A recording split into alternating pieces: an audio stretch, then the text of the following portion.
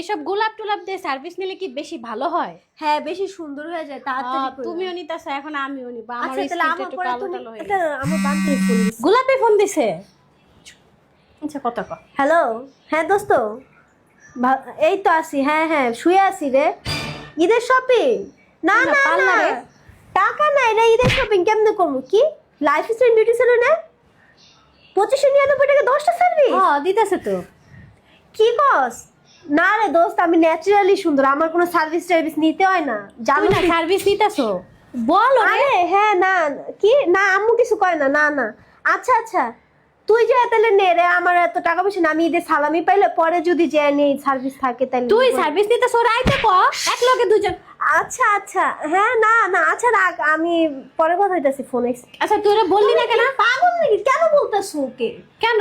ওরা সবাই জানে আমি ন্যাচারাল সুন্দর, আমি কোনো সার্ভিস টার্ভিস নিয়ে সুন্দর হই না। মা গো মা, তুই কি সার্ভিস নিতেছো?